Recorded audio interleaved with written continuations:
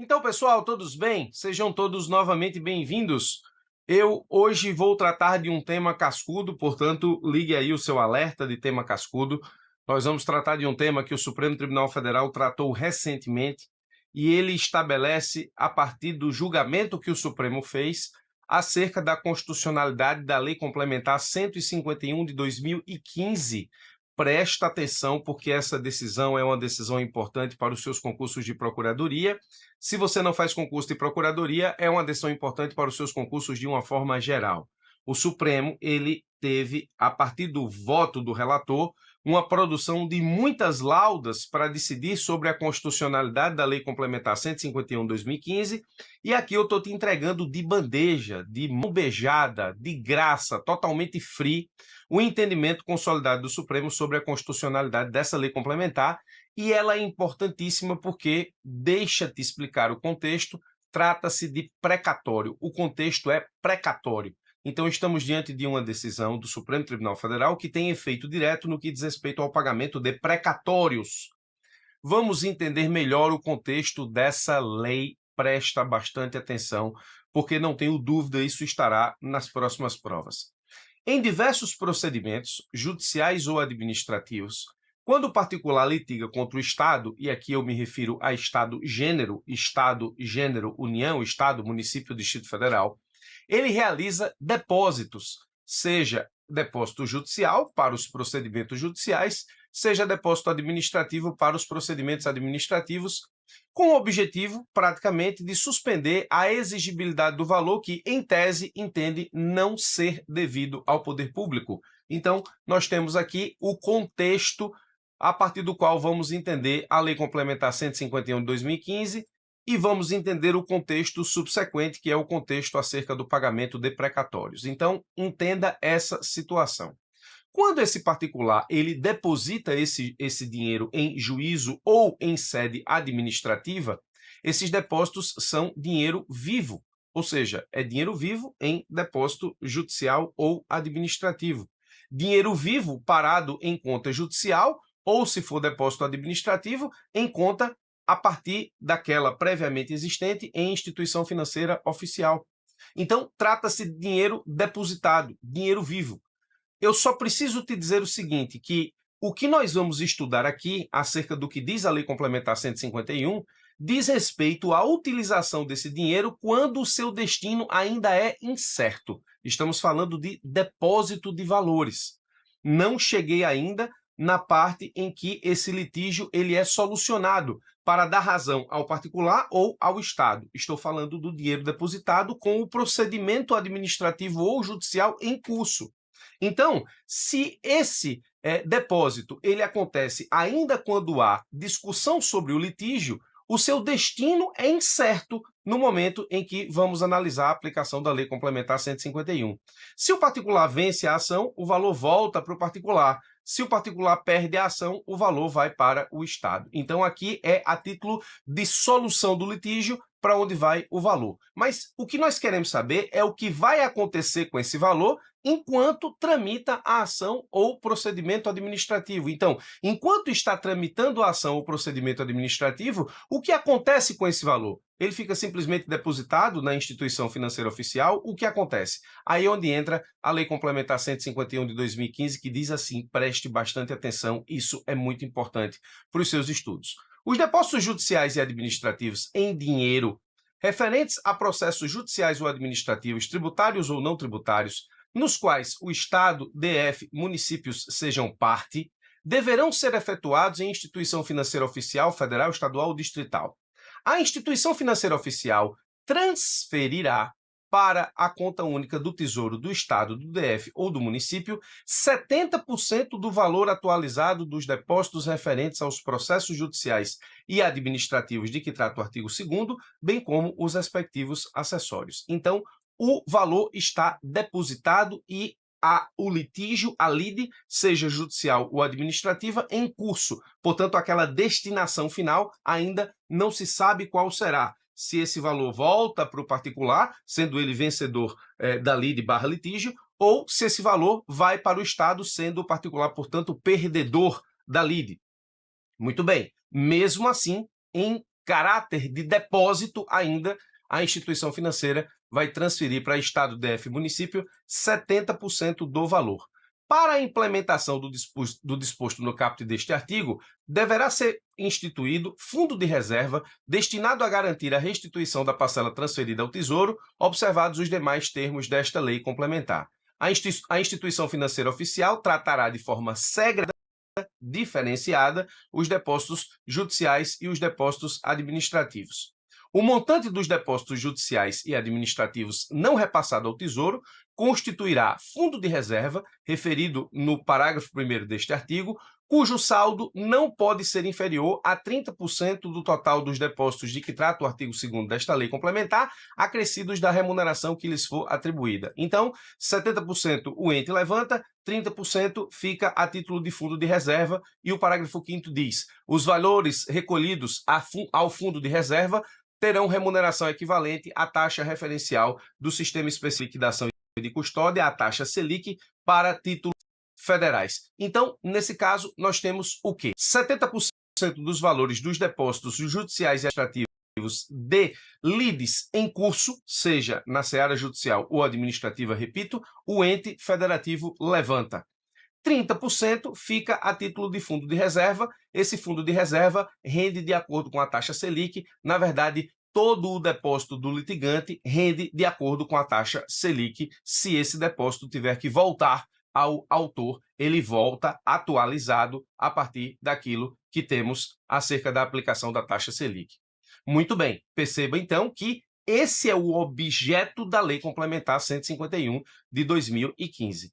Pegar 70% dos valores a título de depósitos judiciais e administrativos, a partir dos quais o ente federativo ele litiga com particulares, e permitir com que exista o levantamento de 70% desses valores, com 30% ficando a título de fundo de reserva, tudo atualizado a título ou rendendo a título da taxa Selic. O que o Estado faz com esse dinheiro? É uma excelente pergunta. Já entendi, professor. Primeiro passo da explicação. A Lei Complementar 151 de 2015 permite o levantamento de depósitos judiciais e administrativos no limite de 70%. O que o Estado faz com esse valor? Estado gênero. Artigo 7º da Lei Complementar 151 diz o seguinte: os recursos repassados na forma desta lei complementar ao Estado, ao DF ou ao município, ressalvados os destinados ao fundo de reserva de que trata o parágrafo 3º do artigo 3º, serão aplicados exclusivamente no pagamento de precatórios judiciais de qualquer natureza. Então, o inciso 1 trata diretamente do pagamento de precatórios. Por isso que no começo da explicação me referi ao contexto da Lei Complementar 151, que na verdade é para pagar precatório. Existem outros pagamentos nos incisos subsequentes do artigo 7º da Lei Complementar, mas a prioridade máxima é o pagamento de precatórios, previsto logo no inciso 1 do artigo 7º da Lei Complementar. Bom, você pode também estar se perguntando o seguinte: se o Estado perde a ação, como ele levantou 70% desse valor, como o valor do depósito volta ao autor? Então, artigo 8º da Lei Complementar. Encerrado o processo litigioso, pode ser ele judicial ou administrativo, com ganho de causa para o depositante, o valor do depósito efetuado nos termos desta lei complementar, acrescido da remuneração que lhe foi originalmente atribuída, será colocado à disposição do depositante pela instituição financeira responsável no prazo de 3 dias úteis, observada a seguinte composição: a parcela que foi mantida na instituição financeira nos termos do parágrafo 3º, a título de parcela de fundo de reserva, acrescida da remuneração que lhe foi originalmente atribuída, será de responsabilidade direta e imediata da instituição depositária. Então, aqueles 30% que renderam a taxa Selic, ou seja, renderam sob a aplicação da taxa Selic, eles ficam 30% de responsabilidade do banco. A diferença entre o valor referido no inciso 1 e o total devido ao depositante, nos termos do caput, será debitada do saldo existente do fundo de reserva de que trata o parágrafo 3º do artigo 3º. Portanto, o fundo de reserva ele funciona para garantir o pagamento do depósito daqueles valores cujo particular venceu o Estado gênero, Estado, município, Distrito Federal, e que, portanto, vai levantar o depósito outrora efetivado, seja no procedimento judicial, seja no procedimento administrativo. Então, presta bastante atenção, porque muitos desses depósitos que o Estado levanta, Estado gênero 70%, ele vai vencer na seara judicial ou administrativa, então esses valores, nesse caso, vão pertencer ao Estado, mas 30% fica a título de fundo de reserva para garantir os eventuais depósitos que devem voltar ao autor da ação judicial ou do procedimento administrativo vencedor. Parágrafo 1º diz assim, ainda acerca desses valores devolvidos. Na hipótese de o saldo do fundo de reserva após o débito referido no inciso 3 ser inferior ao valor mínimo estabelecido no parágrafo 3º, ou seja, 30% do montante dos depósitos, o ente federado será notificado para recompô-lo na forma do inciso 4º do artigo 4º. Então, nós temos aqui como o valor volta, o valor do depósito judicial ou administrativo, volta ao particular, no caso desse particular ser vencedor da demanda judicial ou administrativa. Pois bem, essa é a Lei Complementar 151 de 2015, você entendeu como ela funciona em aspectos gerais e você entendeu qual é o contexto básico dessa lei, que é permitir com que estados, municípios e Distrito Federal levantem depósitos judiciais e ou administrativos para pagar precatórios em grau de prioridade. Essa lei foi questionada no Supremo Tribunal Federal, os argumentos das ações diretas de inconstitucionalidade foram esses aqui. Muito bem, a lei, quando permite com que o Estado levante depósitos cujos valores ainda se encontram em discussão, seja na seara judicial, seja na seara administrativa, viola direito de propriedade. Trata-se, na verdade, e, portanto, se viola direito de propriedade é inconstitucional. Também é inconstitucional porque trata-se de empréstimo compulsório instituído fora das hipóteses constitucionalmente estabelecidas. Trata-se, na verdade, de confisco de valores, ou, nesse caso, é inconstitucional e ou porque viola a independência do Poder Judiciário. Então, você tem esses 4 argumentos básicos a partir dos quais a Lei Complementar 151 foi levada ao Supremo Tribunal Federal para ser questionada ou para ser analisada a partir da sua compatibilidade com a Carta Magna, com a Carta Maior, com a Constituição de 88. Te adianto que o Supremo Tribunal Federal declarou a Lei Complementar 151 de 2015 constitucional. Portanto, ele afastou esses 4 argumentos. E está lá no voto do Supremo Tribunal Federal, a partir da relatoria, um voto muito substancial, e nesse caso com várias laudas, e eu vou resumir para você aqui quais foram os argumentos do Supremo, a partir dos quais o Supremo entende constitucional a Lei Complementar 151 de 2015. Sobre a violação ao direito de propriedade, o Supremo disse que não há violação ao direito de propriedade, porque trata-se de indisponibilidade temporária, ou seja, o depósito ele é indisponível de forma temporária ao autor. Se o Estado levantar o depósito ou não, esse depósito é indisponível de forma temporária, ou seja, enquanto julgada a lide administrativa ou judicial, o depósito ele é indisponível e é, na verdade, uma indisponibilidade condicionada, porque se vencer a lide administrativa ou judicial, o autor ele levanta o depósito, ou seja, trata-se de indisponibilidade temporária condicionada à vitória na lide judicial ou administrativa. Veja o que disse o Supremo. No caso dos depósitos realizados durante a tramitação de processos judiciais ou administrativos, o depositante naturalmente é privado por certo tempo da disposição que tinha sobre aquela quantia. Assim, se seguirão as coisas até que vença o litígio contra o Estado e receba de volta a posse do valor sob cautela. Já não tem à disposição, por isso mesmo, antes de ao Estado-membro ser dado utilizar-se do numerário. Portanto, a indisponibilidade temporária não decorre do levantamento dos valores por parte do Estado. Decorre, nesse caso, do depósito estabelecido enquanto suspensão ou condição de suspensão de exigibilidade do valor que está sendo discutido. Muitas das vezes esse é o objetivo do autor, e nesse caso, esse depósito ele é indisponível de forma temporária até que a lide se resolva. Diz ainda o Supremo, quando o ente político usa da respectiva importância, depois de transferido o percentual de 70% do depósito para sua conta única, nada se altera sob a ótica do depositante. Então, nesse caso, a indisponibilidade temporária existe em razão do valor estar depositado na seara judicial ou administrativa e não porque o Estado levantou 70% do valor para sua utilização nos termos da Lei Complementar 151 de 2015. Então, Primeiro argumento, devidamente afastado. Segundo argumento, trata-se de empréstimo compulsório instituído fora das hipóteses constitucionais. O Supremo disse categoricamente, e aqui em poucas palavras, que o depósito é espontâneo, não é compulsório. Disse o Supremo. A nota da compulsoriedade não se verifica no depósito que é realizado de modo espontâneo. Evidentemente, quando a parte opta por realizá-lo, o faz para assim obter os resultados práticos estipulados na norma processual, como o afastamento da possibilidade de constrição patrimonial, por exemplo, mas isso não torna o depósito ato compulsório em absoluto.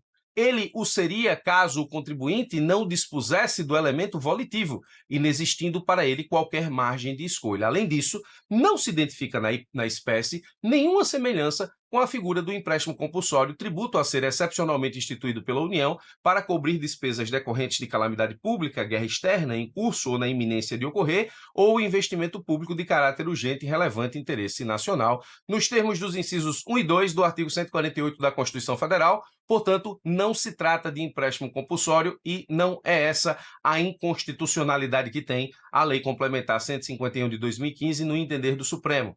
O outro argumento, que é muito colado ao argumento acerca do empréstimo compulsório, é tratar-se de confisco de valores. O Supremo disse, ante a inexistência de empréstimo compulsório, não há falar em confisco de valores, e esse foi o argumento que o Supremo utilizou para, acoplando as duas argumentações, confisco de valores, empréstimo compulsório, afastar esses argumentos de inconstitucionalidade. E, por último, sobre o argumento de violar o depósito à independência do Poder Judiciário, o Supremo disse que o valor não pertence ao Poder Judiciário e sua autonomia, a autonomia deste poder para julgar a lide, não resta violada com o levantamento de 70% dos depósitos por parte do Estado, Estado-gênero, nos termos do que diz a Lei Complementar 151 de 2015. O Supremo disse: o Judiciário permanece com a mesmíssima autonomia e independência no exercício da função judicante, sendo dele, Poder Judiciário, a palavra final a respeito do destino do valor depositado, se em favor do Estado-membro ou da parte que contra ele litigou. Então,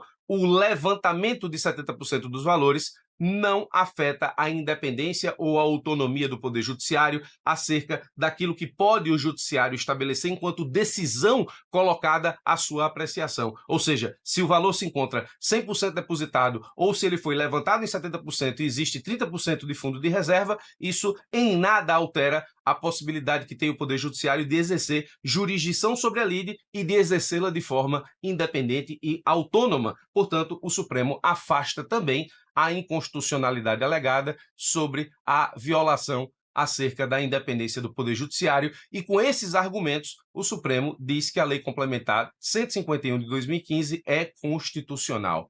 De novo, trata-se de uma lei que tem como fundo, como contexto, como fundo de pano, o pagamento de precatórios, então ela atinge diretamente o pagamento de precatórios, e o Supremo declarou essa lei constitucional, sendo, portanto, possível aos estados, Distrito Federal e municípios o levantamento de 70% dos valores dos depósitos judiciais ou administrativos nos termos exatos daquilo que acabamos de estudar, ou seja, nos exatos termos da Lei Complementar 151 de 2015, lei extremamente importante para as suas provas, para os seus estudos. Anota mais essa, eu não tenho dúvidas que logo logo esse questionamento vai ser objeto de provas objetivas, subjetivas e orais da advocacia pública e dos concursos em geral. Pela sua atenção, obrigado, forte abraço e até os nossos próximos encontros.